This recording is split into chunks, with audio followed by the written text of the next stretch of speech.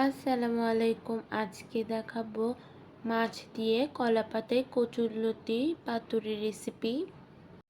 প্রথমে এখানে আমি কলা পাতা নিয়ে নিয়েছি। এখন কলা পাতাগুলোকে সেঁকে নিচ্ছি।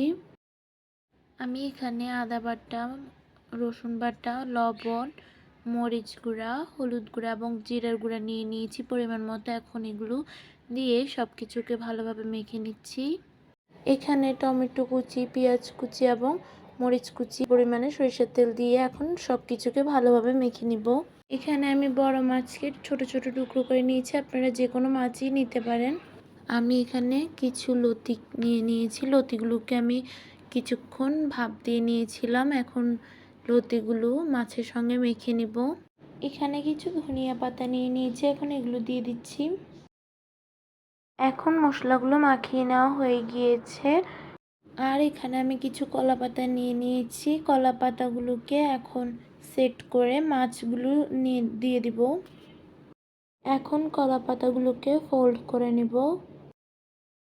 এগুলোকে একটি কড়াইতে নিয়ে নিয়েছি। এখন আমি মিডিয়াম টু লো হিটে এগুলোকে ঢেকে কিছুক্ষণ রান্না করে নিব। এখন অন্য পাশটি উল্টিয়ে দিব।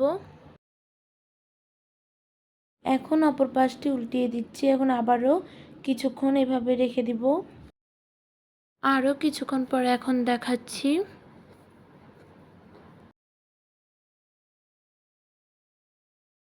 এখন তৈরি হয়ে গিয়েছে মাছ দিয়ে কলা পাতায় কচুরলতি পাতুরি রেসিপিটি। ভালো লাগলে অবশ্যই লাইক, কমেন্ট, শেয়ার করে দিবেন। আসসালামু আলাইকুম।